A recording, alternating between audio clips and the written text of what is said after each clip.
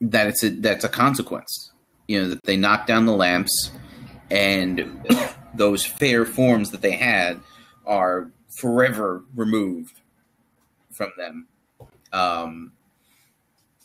by the by the destruction that they wrought on everybody else. Okay. And now I know that there have been talk of maybe having Arian be one of the folks that needs to be healed when we get to Valinor. And maybe she gets away, but she doesn't come out 100% unscathed.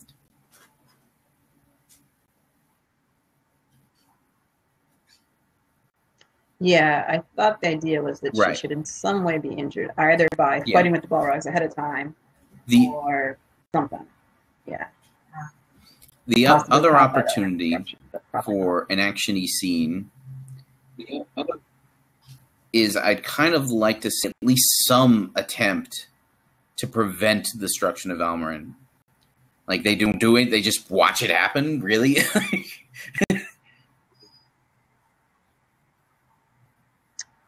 Yeah, I mean, like, they could be caught off guard. And of course, the first thing I thought of was the lake that surrounds it.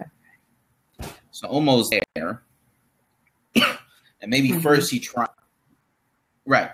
and so he tries to raise like this wall of water around Almarin, but Almarin's basically in a valley in the center of the continent, pretty much, and so. This is what I was thinking of is that this wall, this wave of liquid fire finds its way right to them, and as he's raising these walls of water, that kind of magma substance is becoming solid, and now there's this solid way over his wall of water. Until the point where Manwë basically has to kind of summon up some sort of tornado like things to blow everybody out of there before they all get murdered, unless they just flee.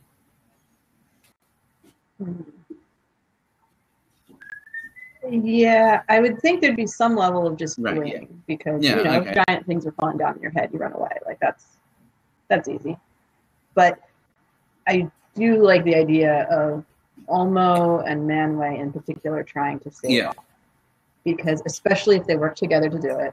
And like it was Manwë's idea, so we know this is like his baby kind of thing as far as projects go. But Ulmo was opposed in the beginning. So if he makes the goodwill effort to save it, it's like, see, Ulmo was opposed, but he's a good guy. There's nothing off base about his loyalty or anything. And so I think that would be a good opportunity to showcase that, because we're making Ulmo a curmudgeon who disagrees with everybody, which is kind of who he is and is going to remain, but we do need opportunities to show him as a good guy. It just occurred to me that, so Melkor's there, right? Maybe Manwë first goes to him, because like Melkor seems like the fairly logical guy to work with Ulmo to stop this, right? Like between the two of them, they could totally save Almarin.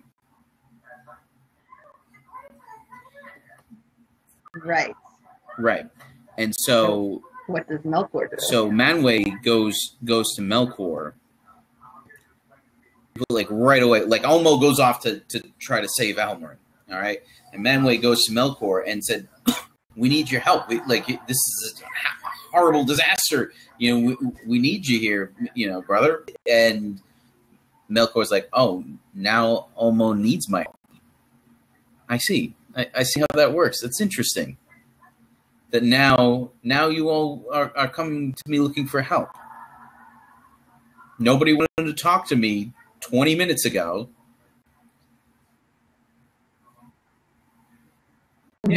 Right. He has an attitude about it. And well, I mean, at some point, man was like, I don't have time for this. I gotta go. And he goes off. He doesn't really have. He really, literally doesn't have time to deal with him at that moment. And despite their best efforts with the limited amount of time they have, they're unable to save it, to salvage the situation. Right, and it in the end, yes, under water and obsidian and disasterness. Right. But I mean, like, it's not a matter of like, gone. Oh, if we just redo this, we can start over. Like, it's gone. Right. Utter destruction. Yeah. Yeah. And that would be another reason to point fingers at Melkor right away. Because the deal was he was supposed to be there with them all at the wedding. So why would they immediately point at him? Then we are pointing at him. And if he didn't help, and, there's going to be people who are there's going to be people who are angry and looking at him going, and so now Arion gets there. And Arian's at first is like, no, it wasn't him. He, and almost said, basically kind of puts her on the spot and is like, you mean to tell me that he had no desire to see this happen? And she's just like, but it wasn't him. I'm telling you, it wasn't him. It was Gothmog. And now Melkor totally throws her under the bus. Okay. Right. And he brings up his poor dead proto-Balrogs, who nobody can find hide nor hair of, because they've been horribly disfigured, probably buried in fire.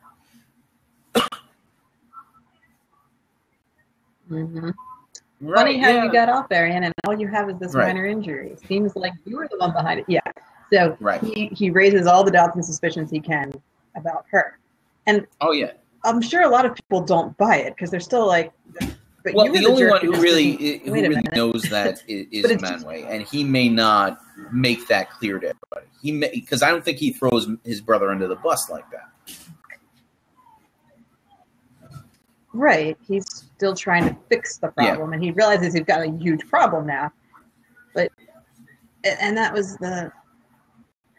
to me, the obvious reason to give Melkor a zillion chances in season 1 is because nobody dies. Like, Melkor's a complete jerk, and he wrecks stuff.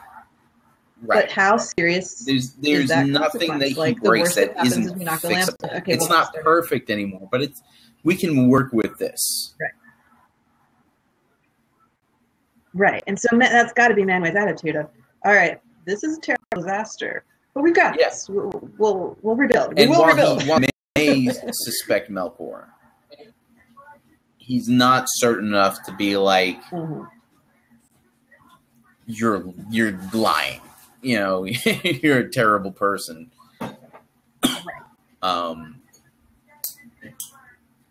And so he's still willing to try to get Melkor to come back with them to Valinor, but we're going to get there later. That's basically that's all of the next episode is them deciding where to do there. But I think that the storyline here with the destruction of the lamps is going to end with almost basically stating, basically trying to pin Arion down with that statement of you're telling me that you know for certain that he didn't want this, that this wasn't something he wanted, and she doesn't. Right. And almost wording it like that should bring to light how this all played out. Even though we're not going to show, I assume then if that's where we're cutting things, we're not going to show Melkor with the proto-Balrogs. Yeah. I mean, unless we do. I mean, because I kind of, in my head, I kind of like the idea of ending the episode with the Huns popping out of the snow in Mulan moment. With that, like, and just seeing them clamber out like the angels in the horrible Noah movie that came out. Yeah. Oh yeah, the rock but monsters. Yeah, like that. Sorry, that's probably the most random Bible fan fiction I've ever run across. I know people who stood up in the theater and yelled at the top of their lungs. It's a little intense, but yeah. So let's try to make a much more faithful adaptation in our story. We don't want people looking at the screen going, "You got it all wrong. It has nothing to do with Tolkien," which was what that particular adaptation was. Like, it was an interesting story, I guess. You know, unique, original. Okay. So the question is going to be like, where do we? I can't. There's no way we just did that in a half an hour. There's no way. We had nothing to do, but yeah. There's a few things. One, the wedding between Tulkas and Nessa. Yes, we have to be having it happen, but it gets interrupted. It does get interrupted, so we don't necessarily have to have the whole thing or anything.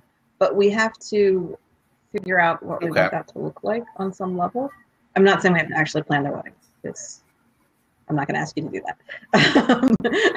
But, I mean, they're Valar. This is our chance to say what we want to say about the relationships between the Valar. You know, and this is where we're kind of get a chance to see, like, the couples kind of being couples. Because, like, there's no better chance for us to get a shot of Yavanna and Aule holding hands than this moment. Like, it's so they're clearly, we know, oh, okay, it's not just that they happen to be fantastic platonic life partners or something, which is all we've shown of them. Yeah, I mean, I think we can like, see they work more. Well together. Well, we could do it in dialogue. There's stuff in dialogue that we could do to show them, and you know, obviously acting choices make a big difference there too. It does. I don't think we've given them, at least in the overall plot, any kind of romantic subtext at all. And I think that's fairly intentional. Yavanna and Ale are very much an odd couple. Like, they're not, I mean, even in the casting choices, everyone was like, Yavanna should be very, very tall. Tallest of the Queens of the Valar. And Ale should be the prototype for the dwarves, so he should be very short. Like, that's what people were saying yesterday. So it's like, okay, they're going to look really funny together. Hilarious. Yeah. Right, which is fine. It's just the type of thing of, people aren't going to see them as a couple, even if they've been on screen together multiple times. It's like, this is our chance to make it real. Yeah. I mean, one of Yavanna's names is Commentari, and I don't remember what the exact meaning of that is, but for some reason I always feel like that's like Aule's pet name for her. Okay. So he calls her that, and everyone else calls her Yavanna. Yeah. Okay, I'm all right with that. Yeah. I don't think that would hurt anything.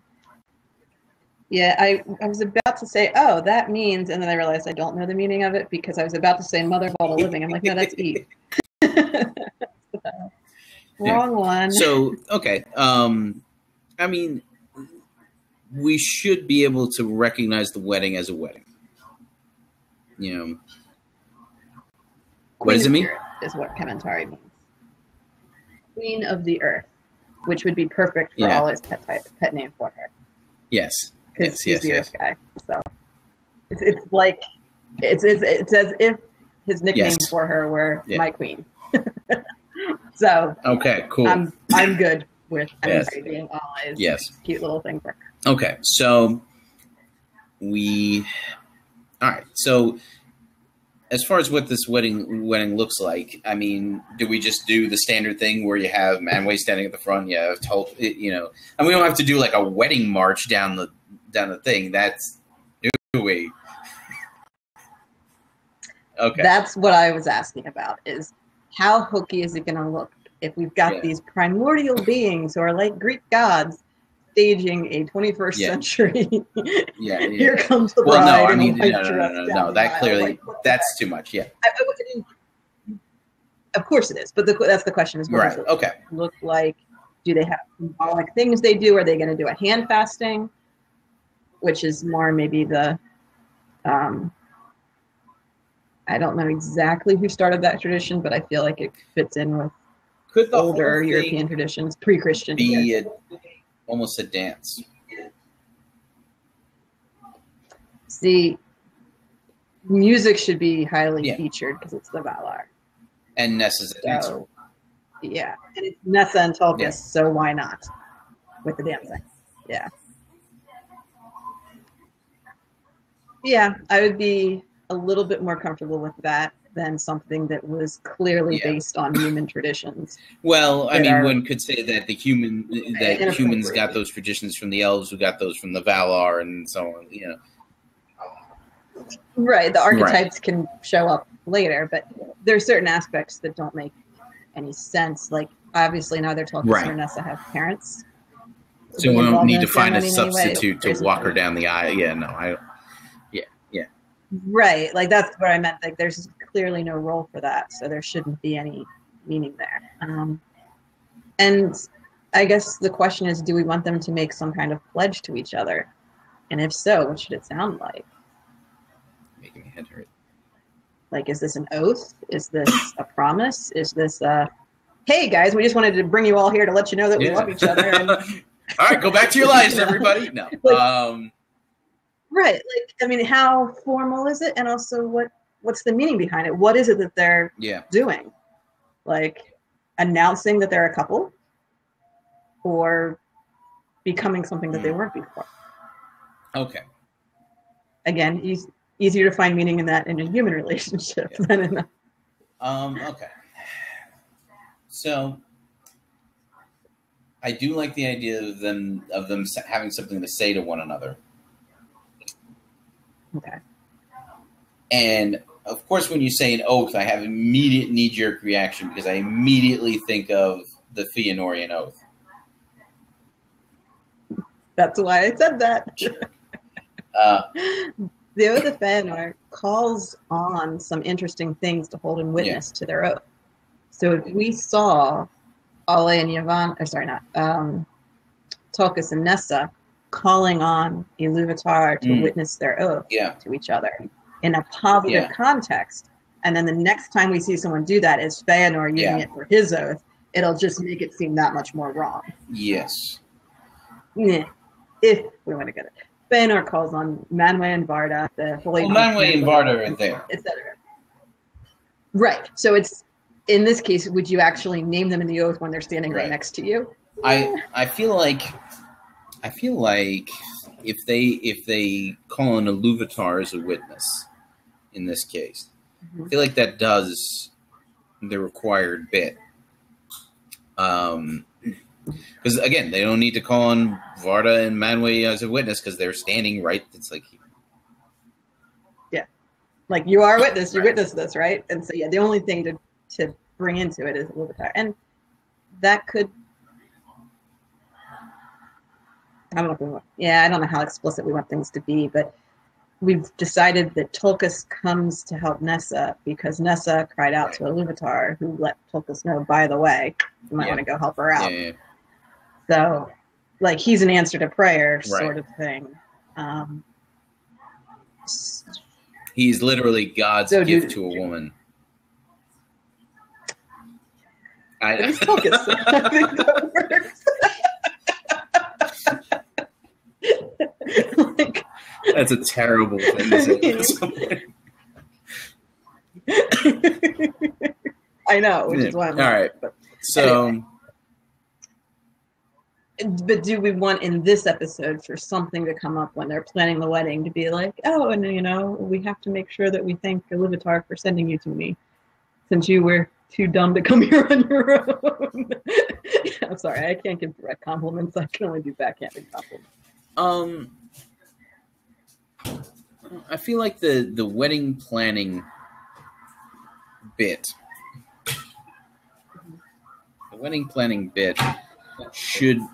should be more about the details of the wedding. I don't know, because I don't know if